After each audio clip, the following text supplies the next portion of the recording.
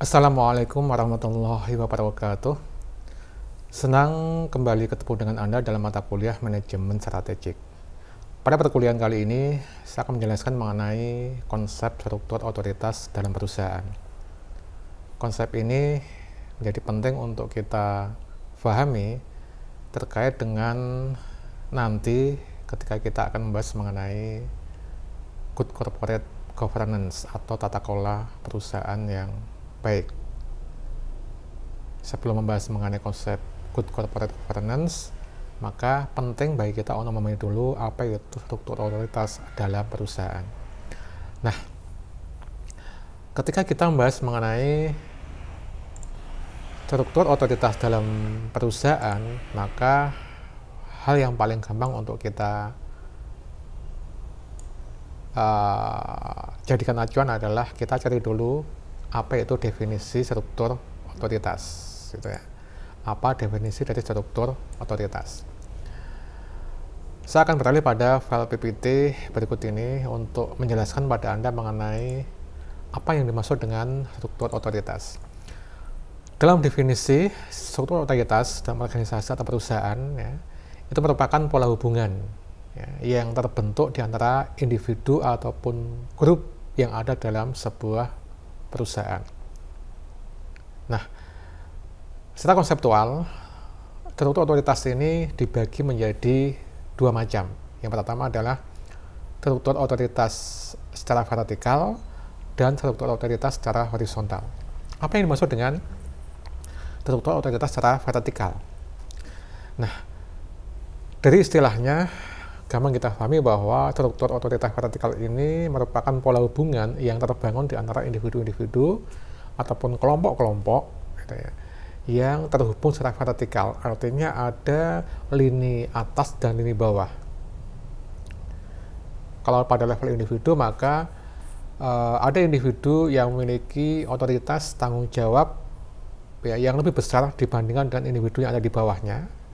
Dan tentu saja kemudian konsekuensinya adalah individu yang memiliki tanggung jawab lebih besar tadi itu, yang merupakan superordinate, itu nanti akan memiliki otoritas finansial yang lebih tinggi pula dalam hal perolehan gaji, dalam hal alokasi budget atau finansial yang ada dalam perusahaan. Sementara untuk subordinatnya, dia memiliki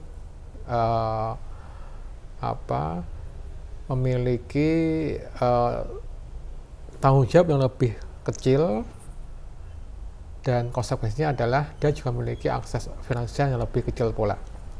Ini yang dimaksud dengan struktur vertikal. Sementara apa yang dimaksud dengan struktur otoritas horizontal? Dari istilahnya, maka ini berarti keterkaitan antara individu ataupun grup dalam perusahaan yang bersifat satu garis, satu lini, ya, yaitu suatu perkelompokan aktivitas yang didesain untuk mencapai tujuan ke depan. Jadi di dalam mencapai misi dan mewujudkan visi perusahaan, maka ada kalanya sebuah perusahaan itu akan mengembangkan berbagai kelompok aktivitas di dalam perusahaan. Ya, nah, berbagai kelompok aktivitas perusahaan ini nanti masing-masing saling terkait dengan yang lain secara horizontal. Artinya apa? Artinya dari satu kelompok, ya, dengan kelompok yang lain ini tidak saling mengordinasi, ya, tidak saling mensubordinasi, tetapi bekerja sama untuk mewujudkan, untuk mencapai misi dan untuk mewujudkan visi tadi itu. Ini yang dimaksud dengan struktur otoritas horizontal. Nah, dalam literatur kita mengenal ada beberapa model struktur otoritas yang dikembangkan dalam sebuah perusahaan. Setidaknya ada 3 model struktur otoritas. Pertama adalah struktur fungsional atau functional structure, kemudian struktur divisional atau divisional structure, yang kemudian nanti akan dibagi menjadi 2 model, ya, struktur produk atau product structure dan struktur geografis atau geographical structure. Dan yang ketiga adalah model struktur otoritas yang disebut sebagai struktur metrik atau metric structure. Kita akan pahami satu demi satu dari ketiga model yang ada ini. Kita mulai dengan model struktur fungsional atau functional structure. Model struktur ini paling banyak digunakan dalam organisasi perusahaan. Kenapa? Karena model ini relatif lebih gampang dijalankan, ya, lebih sederhana untuk dijalankan, dan bagi perusahaan yang mengembangkan struktur otoritas fungsional ini, mereka memiliki banyak benchmark yang bisa dijadikan acuan untuk pembelajaran. Ya. Nah, model ini membagi perusahaan ke dalam beberapa fungsi atau aktivitas pokok. Nah, fungsi atau aktivitas pokok itu diidentifikasi dalam perusahaan yang dibangun. Ya. Kemudian pada masing-masing fungsi tadi itu di dalamnya terhimpun aktivitas-aktivitas yang serupa. Misalnya fungsi produksi, maka di dalamnya ada berbagai aktivitas yang bisa dikategorikan dalam aktivitas produksi. Misalnya nanti di situ akan ada aktivitas pergudangan, yaitu aktivitas ketika bahan baku itu disimpan di gudang sebelum diproduksi. Ini menjadi bagian dari produksi. Aktivitas transportasi yang membawa hasil produksi dari pabrik ke gudang. Jadi semua aktivitas tadi itu serupa, kemudian dijadikan satu dalam sebuah kategori aktivitas yang sebagai fungsi tadi itu. Nah, kemudian dari beberapa fungsi yang sudah diidentifikasi yang menghimpun sekian banyak aktivitas yang serupa tadi itu, selanjutnya dibagi ke dalam beberapa departemen, ya, sehingga memunculkan keterkaitan yang saling independen antar departemen, ya, keterkaitan yang independen atau saling ketergantungan antar departemen. Ini struktur fungsional. Ya. Baik. Nah, kelebihan dari model fungsional ini adalah pertama, sumber daya khusus bisa digunakan secara lebih efisien. Mengapa? Karena dia kemudian individu-individu yang memiliki spesialisasi itu kemudian dihimpun dalam satu fungsi yang sama. Ya. Sehingga pemberdayaan sumber daya spesialis tadi itu menjadi lebih efisien. Artinya bahwa perhitungan penggajian misalnya itu jelas. Ya, karena apa? Karena setiap individu itu mengerjakan fungsi tertentu, sehingga nanti bisa dibandingkan bahwa untuk fungsi yang lebih berat tentunya dia akan mendapatkan penggajian yang lebih besar daripada fungsi yang lebih ringan misalnya. Fungsi lebih penting tentunya memiliki otoritas yang lebih besar daripada fungsi yang kurang penting, terusnya. Yang kedua, kualitas dalam organisasi dapat ditingkatkan oleh para spesialis yang tergabung dalam area fungsional yang sama. Kontribusi individu terhadap organisasi, terhadap pengembangan organisasi itu jelas. Mereka hanya bertanggung jawab untuk menjalankan fungsi yang khusus, yang spesial, ya, yang digabungkan dalam satu area fungsi yang sama. Ya. Ini yang kedua. Kemudian kesempatan yang muncul dalam organisasi itu dapat dipakai untuk memperluas divisi tenaga kerja yang ada dalam organisasi. Setiap kesempatan yang dihadapi atau diterima atau didapatkan oleh perusahaan, ya, itu bisa dimanfaatkan untuk memunculkan divisi yang lebih luas atau memperluas divisi fungsional tadi itu. Dan pada model struktur fungsional ini, ya, dinamika karir individu yang ada dalam perusahaan itu menjadi jelas. Ya. Masing-masing individu hanya akan menitik karir pada fungsi tertentu. Seorang individu yang ada pada fungsi marketing, maka dia akan menitik karir pada fungsi atau departemen marketing tadi itu. Ini di satu sisi akan mengurangi kompetisi yang dalam banyak hal, ya, dalam hal tertentu kompetisi seringkali kemudian membuat stressing yang tinggi pada diri karyawan. Dengan model struktur otoritas fungsional ini, maka bisa kita katakan bahwa kompetisi itu tidak terlalu tajam ada pada diri karyawan. Kemudian model struktur fungsional ini juga memudahkan bagi perusahaan untuk memanage para spesialis, ya. Para manajer itu menjadi lebih mudah untuk mengarahkan, ya, semua individu yang ada di bawahnya.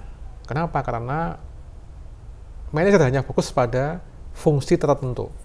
Terlebih kalau kemudian nanti manajer ini menguasai, dan mestinya dia menguasai fungsi departemen yang dia emban, yang dia pimpin. Oke. Kemudian komunikasi yang terjadi antara spesialis juga ini menjadi lebih intensif, ya, sehingga transfer keterampilan itu menjadi lebih mudah. Bayangkan bahwa dalam satu departemen di situ semua individu digabungkan dalam satu aktivitas yang serupa, maka proses pembelajaran penguasaan keterampilan dalam perusahaan pada diri individu karyawan itu menjadi lebih mudah. Mengapa? Karena mereka di-framing dalam satu fungsi yang serupa. Ketika dia pernah bertugas pada gudang, maka dia tidak terlalu susah untuk belajar mengenai bagaimana proses transportasi pabrik ke gudang misalnya. Ini yang dimaksud dengan struktur ini memunculkan komunikasi yang lebih intensif antar spesialis, sehingga memudahkan transfer keterampilan antar individu yang ada di dalamnya. Dan yang terpenting adalah struktur fungsional ini tidak memunculkan duplikasi sumber daya dalam organisasi, ya, sehingga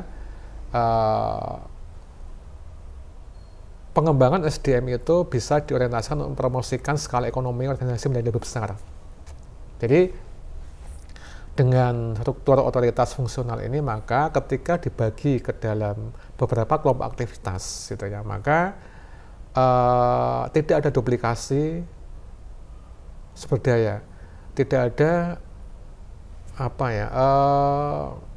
satu individu, gitu kan ya, satu individu yang dia menjalankan satu fungsi yang tumpang tindih, ya. Tentunya kalau ada fungsi yang tumpang tindih dalam sebuah struktur, itu berarti ada duplikasi, ini inefisien. Dengan struktur fungsional ini maka sudah jelas rigid, ada kategorisasi aktivitas, ada kategorisasi fungsi, sehingga tidak ada duplikasi sumber daya. Termasuk sumber daya keuangan, ya, maka budget yang diperuntukkan pada satu fungsi, gitu kan ya, ini tidak ada duplikasi, tidak ada anggaran yang pada intinya sebetulnya sama, ya, tetapi dikeluarkan dalam bentuk item anggaran berbeda. Tidak akan mungkin terjadi kalau menggunakan model struktur fungsional. Nah, kemudian struktur model fungsional ini lebih cocok kalau digunakan untuk organisasi yang menekankan pada spesialisasi fungsional, yaitu organisasi yang bergerak dalam lingkungan yang relatif stabil dalam hal lingkungan teknologi, ya, di mana teknologi yang diterapkan dalam perusahaan tadi itu bersifat rutin, ya. Rutin artinya perubahan yang terjadi tidak terlalu cepat, ya. Kemudian ketergantungan antar departemen itu juga relatif sedikit. Ini itu akan tepat kalau menggunakan struktur fungsional. Kenapa? Karena kalau ada perubahan teknologi misalnya yang terlalu cepat, maka ini menyulitkan bagi organisasi untuk mengikuti dinamika yang ada. jika menggunakan model fungsional ini.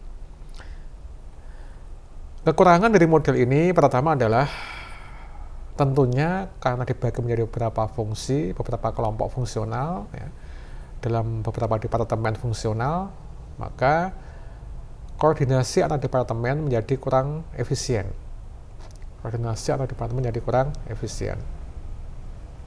Seringkali kemudian terjadi masing-masing departemen terjebak pada orientasi untuk mengunggulkan departemennya ya.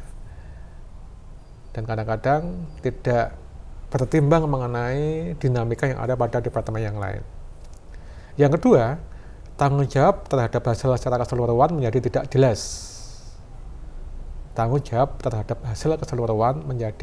jelas. Apakah produk tadi itu ketika misalnya sebuah perusahaan penghasil good produk barang, maka capaian seperti apa produk barang yang dihasilkan ini tidak melekat pada tanggung jawab pada divisi yang mana. Ya, artinya bahwa ya kalau ada kegagalan dalam produksi, maka susah bagi manajemen puncak untuk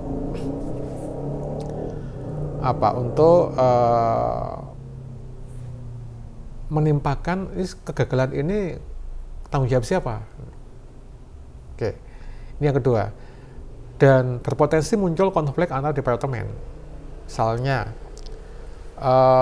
pada departemen produksi, gitu kan ya, seringkali bertabrakan dengan departemen marketing, misalnya. Kenapa? Karena pada departemen marketing ini dia berorientasi bagaimana produk yang sudah dihasilkan oleh perusahaan ini nanti mampu memenuhi kebutuhan konsumen.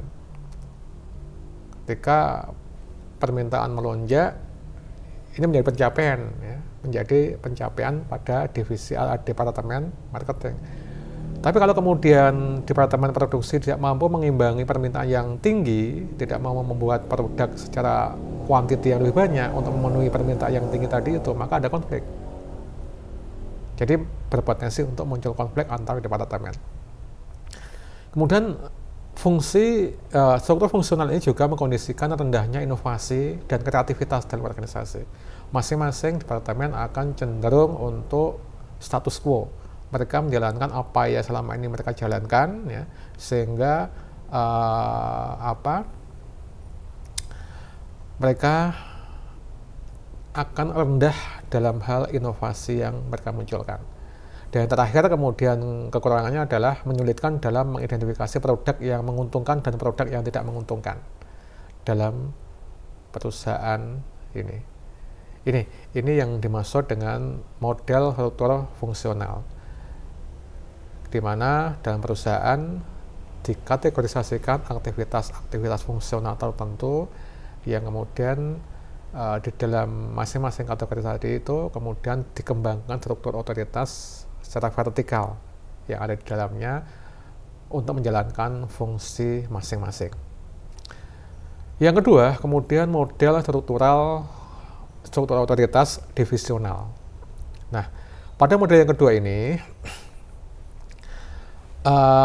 perusahaan menerapkan pembagian beberapa fungsi atau aktivitas pokok masih sama, yang di dalamnya tergabung beberapa fungsi atau aktivitas khusus yang serupa, namun kemudian dibagi ke dalam beberapa departemen untuk kemudian dikelompokkan ke dalam divisi menurut semua produk yang dibuat atau menurut seluruh wilayah operasional perusahaan. Jadi yang dimaksud dengan divisional di sini adalah pembagian aktivitas ke dalam divisi-divisi menurut produk yang dihasilkan oleh perusahaan atau menurut wilayah operasional perusahaan. Artinya apa? Artinya nanti misalnya sebuah perusahaan mengembangkan beberapa lini produk, maka nanti akan ada gampangannya, akan ada struktur fungsional pada masing-masing lini produk. Saya dikatakan di sini bahwa sama model ini menerapkan pembagian beberapa fungsi atau aktivitas pokok yang dalamnya tergabung beberapa fungsi atau aktivitas khusus yang serupa, yang ini dibangun dalam masing-masing divisi produk. Sehingga perusahaan dalam struktur divisional ini bisa membagi divisi itu menurut, pertama adalah divisi menurut produk, sehingga disebut sebagai struktur produk, di mana divisi dibuat menurut kategori atau lini produk yang dihasilkan perusahaan. Misalnya Transcorp membagi adanya divisi media, divisi bank, divisi retail, dan lain-lain. Bahkan lebih konkret lagi, lebih spesifik lagi, General Motor membagi adanya divisi Chevrolet, divisi Cadillac, divisi Pontiac. Ya. Yang kemudian masing-masing lini produk ini mengembangkan struktur fungsional.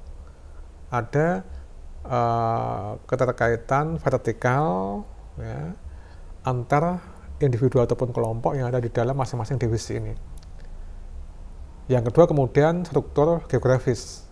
Nah, dalam hal ini pembagian divisi ini dibuat menurut wilayah marketing atau operasional yang ditargetkan. Ya, biasanya struktur geografis ini dijalankan oleh perusahaan yang memiliki sedikit kategori atau lini produk yang dihasilkan.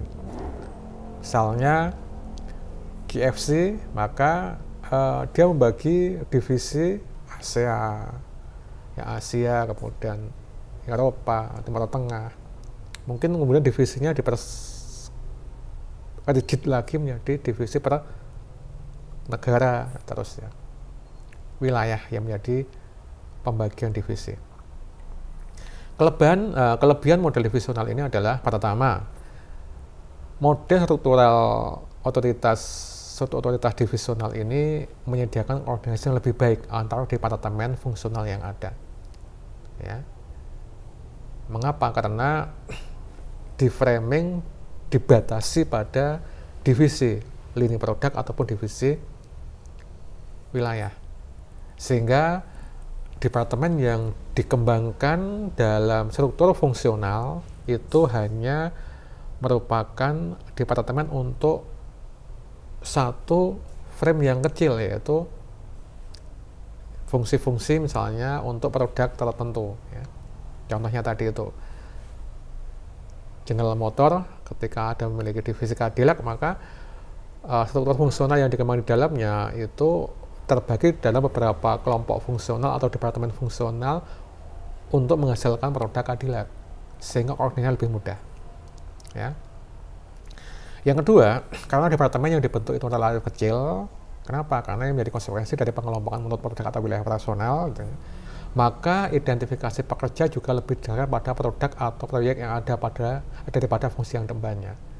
Jadi identifikasi individu pekerja yang ada di dalamnya itu lebih mengacu pada produk yang dihasilkan, ya, daripada proyek yang dijalankan ataupun fungsi yang diemban. Sehingga menjadi lebih masing-masing departemen yang dikembangkan dalam model struktur ini menjadi lebih sempit, lebih kecil, lebih efisien. Yang ketiga, kemampuan setiap divisi untuk bereaksi terhadap keinginan konsumen, ya, ini menempati struktur ini dengan baik, atau struktur ini dengan kata lain menjadi sangat cocok untuk lingkungan yang cepat berubah. Kenapa? Karena divisi yang sudah mengerucut pada produk tertentu atau wilayah tertentu tadi itu akan relatif lebih gampang merespon perubahan yang ada pada dinamika bisnis yang dihadapi. Kalau ada perubahan kebutuhan yang ada pada diri konsumen, maka struktur otoritas fungsional yang ada pada divisi lini produk itu dengan cepat akan bisa merespon. Karena perubahan yang dimunculkan pada divisi satu lini produk ini nggak akan mempengaruhi pada lini produk yang lain. Jadi aman. Ini kelebihan dari model struktural divisional. Cuman ada kelemahannya juga. Kelemahannya adalah bahwa struktur ini akan memunculkan duplikasi sumber daya antar departemen yang mahal. Artinya pada masing-masing divisi nanti akan ada struktur yang sama. Ya. Di dalam lini produk A, maka nanti ada manajer produksi untuk produk A. Di dalam produk B juga ada manajer produksi untuk produk B. Sehingga ada duplikasi sumber daya, duplikasi peran yang muncul. Yang ini tentunya akan mahal bagi perusahaan. Ya. Beda kalau yang fungsional tadi itu, ya fungsional yang tanpa divisional tadi itu, maka satu peran itu memiliki tanggung jawab untuk banyak proses. Kalau ini enggak, satu peran hanya bertanggung jawab pada satu proses menurut divisi produk ataupun divisi wilayah, sehingga ada duplikasi dan ini menjadi inefisien. Yang kedua, para spesialis mungkin akan menjadi terisolasi dan sulit untuk mengembangkan keterampilan spesial mereka lebih lanjut. Setiap individu hanya akan bergerak pada satu ruang yang sempit, yaitu untuk menghasilkan lini produk atau beroperasi pada wilayah tertentu. Sehingga ini membatasi pengembangan keterampilan bagi masing-masing individu. Yang ketiga, kompetisi yang muncul ini menjadi tinggi.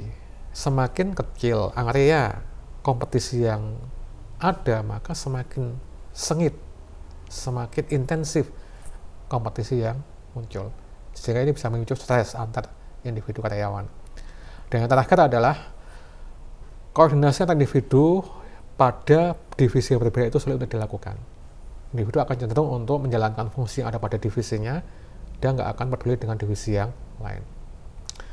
Seperti ini ya, gambaran mengenai bagaimana atau apa struktur otoritas divisional, ya, bisa divisi produk atau divisi wilayah, product based atau geographically based. Yang terakhir kemudian model struktur otoritas metrik. Model struktur otoritas ini dikembangkan untuk memunculkan koordinasi lebih fleksibel dan lateral pada struktur vertikal dengan cara membangun kolaborasi antar divisi ya, melalui mekanisme formal dalam membentuk tim proyek. Jadi di sini ini merupakan sintesis antara fungsional dan divisional. Ketika fungsional tadi itu cukup efisien, tetapi pembagian tanggung jawabnya yang terlalu besar.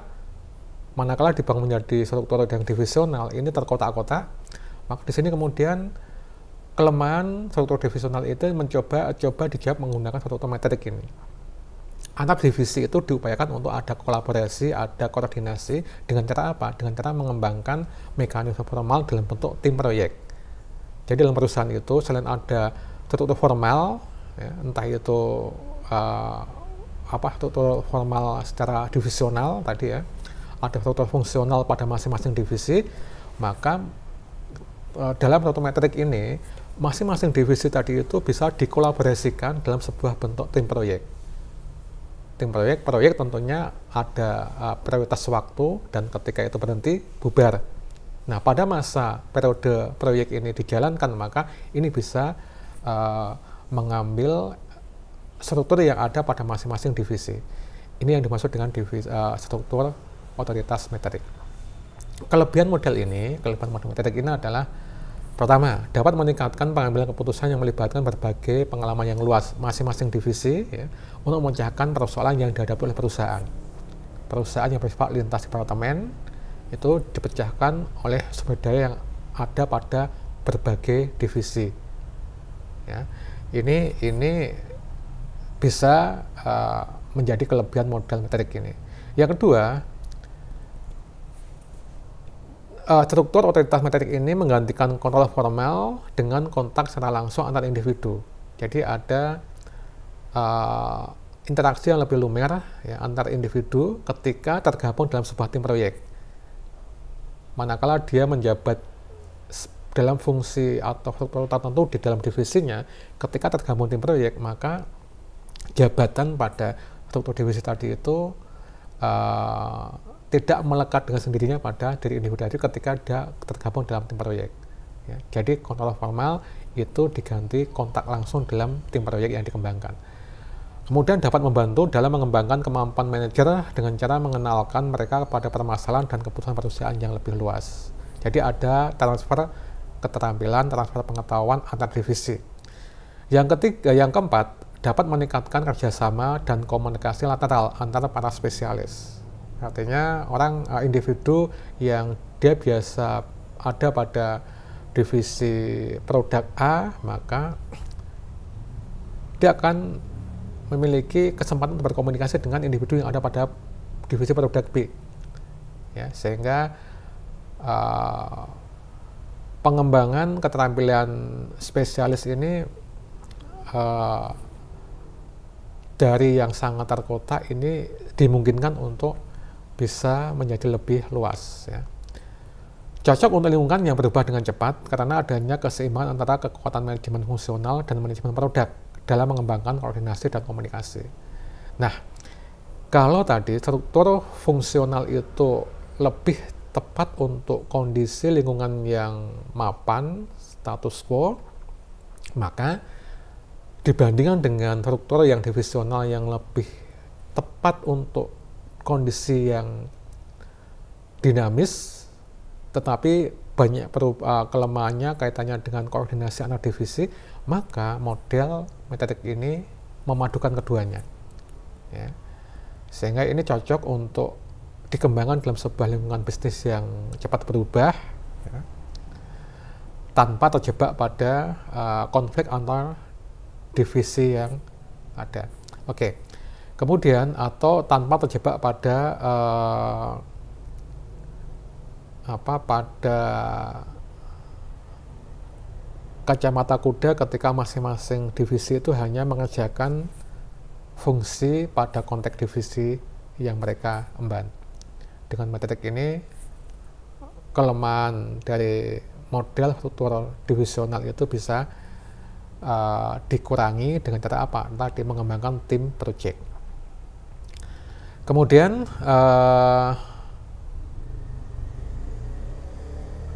mampu memfasilitasi adaptasi terhadap permasalahan-permasalahan yang tidak dikenal dan tidak diharapkan. Individu dapat direlokasi lintas proyek dan produk dengan fleksibel.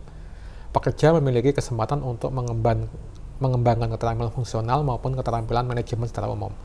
Jadi karena ada masing-masing individu yang tergabung dalam masing-masing divisi tadi itu seringkali ketemu dalam sebuah proyek, maka di situ ada proses adaptasi yang lebih fleksibel ya antara individu tadi itu ketika menghadapi masalah-masalah yang muncul di luar masing-masing divisi mereka.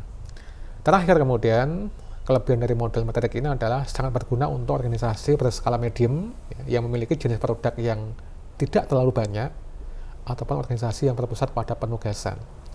Ya. Ini kelebihan model metodik. Sementara kelemahannya, pertama, kurangnya kejelasan tanggung jawab. Ketika tim proyek dibangun, maka individu itu lepas dari struktur fungsionalnya. Dia tergabung dalam sebuah tim proyek. Ya. Kemudian yang kedua, adanya urutan prioritas antara produk atau divisi dan fungsi. Sehingga peran yang dijalankan oleh individu dalam sebuah tim project pada struktur metodik ini itu akan memaksa individu untuk memilih apakah dia harus mengutamakan peran dia dalam tim project atau peran dia dalam struktur fungsi yang dia emban pada masing-masing divisi. Fungsi menjadi kehilangan kontrak psikologis, ya. Karena kemudian mestinya seorang individu yang menempati struktur fungsional pada divisinya itu harusnya dia memiliki kontrak psikologis, harusnya dia memiliki tanggung jawab sepenuhnya untuk menjalankan fungsi tadi itu. Tapi kemudian ketika dia ditarik oleh manajemen untuk menjalankan sebuah proyek, maka dia punya reason untuk sementara meninggalkan fungsi struktural yang ada pada divisinya. Kenapa? Karena menjalankan proyek yang ditugaskan oleh perusahaan. Yang keempat, pengembangan karir kadang terhalang. Karena proyek ini kan sifatnya periodikal, sehingga habis selesai udah. Di sisi lain, ketika dia menjalankan proyek, maka dia seringkali kemudian meninggalkan perannya dalam struktur fungsional, sehingga seringkali ini menghambat penelitian karir oleh individu. Yang kelima, sulit bagi seorang spesialis untuk menilai kinerja individu lain dari disiplin yang berbeda dalam sebuah tim proyek dengan banyak keahlian. Tentunya seorang yang ahli dalam bidang dalam divisi A gitu kan, menjadi tidak relevan kalau kemudian dia harus menilai kinerja temannya dari divisi yang berbeda, yang itu sangat jarang dia pahami, dia jumpai. Sehingga seringkali kemudian pada tim proyek ini menjadi kesulitan untuk memberikan reward pada masing-masing individu yang ada pada tim proyek.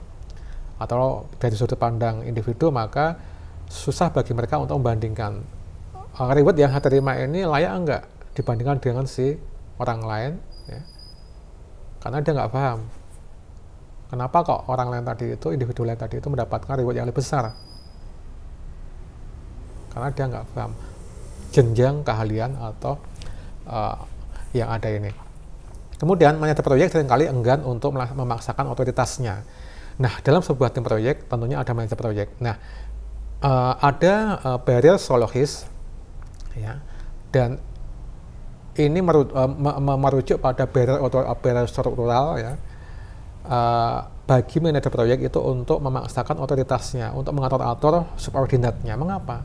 Karena suatu saat bisa jadi ketika ada pada proyek yang berbeda, dia menjadi subordinat. Jadi kalau dia pernah memaksa atau bertindak keras pada subordinatnya pada sebuah proyek, suatu saat nanti kalau dia menjadi subordinat dari orang tadi itu, maka dia takut untuk dibalas. Ini persoalan. Kemudian pekerja menjadi bingung karena harus membuat laporan kepada dua atasan. Satu atasan pada struktur fungsional, satu atasan pada tim proyek. Jadi ada peran ganda. Para manajer membutuhkan kemampuan untuk menghilangkan friksi interpersonal dari para bawahannya dan perlu dilatih terkait dengan keterampilan hubungan antar manusia. Sehingga manajer proyek ini seringkali selain fokus pada pengerjaan proyek, mereka juga harus fokus pada bagaimana mengendalikan atmosfer, ya, climate atau iklim hubungan antar individu yang ada pada proyeknya. Kemudian para manajer juga harus meluangkan banyak waktu untuk menyelenggarakan rapat guna membuat prioritas penugasan. Ya, ini persoalan. Jadi kadang-kadang dia harus rapat pada struktur fungsionalnya, dia harus rapat pada proyeknya. Nah, yang terakhir bahwa kompleksitas struktur metrik ini seringkali menyulitkan dalam implementasinya secara sukses. Kenapa? Karena menjadi rumit, ya. Karena apa? Karena satu individu nanti dipaksa untuk berpijak pada dua tempat. Satu adalah pada fungsional yang ada di divisinya, satu berpijak pada fungsi yang ada pada proyek yang dijalankan. Ini bagaimana gambaran dari struktur metrik, ya. Jadi divisi A, divisi B, ya. Kemudian nanti ada proyek 1, 2, 3. Jadi bagaimana kemudian masing-masing orang ini berpijak pada dua tempat, ya. Mengemban tugas pada proyek, masih harus menjalankan fungsi pada divisinya. Di satu sisi, metrik ini alih-alih untuk menjembatani kelemahan struktur divisional, tapi di sisi lain, struktur metrik ini sulit untuk diaplikasikan atau rumit untuk diaplikasikan. Demikian penjelasan saya mengenai struktur otoritas dalam perusahaan. Mudah-mudahan penjelasan ini bermanfaat bagi Anda, memberikan pemahaman kepada Anda tentang bagaimana otoritas dalam perusahaan itu dibagi oleh sekian individu yang ada di dalamnya. Ada 3 model tadi yang sudah saya jelaskan, dan nanti model ini, pemahaman mengenai model-model struktur otoritas ini menjadi penting Anda kuasai ketika Anda belajar mengenai good corporate governance. Pada pertemuan besok kita akan bahas mengenai apa itu tata kelola perusahaan yang baik. Terima kasih atas perhatiannya. Assalamualaikum warahmatullahi wabarakatuh.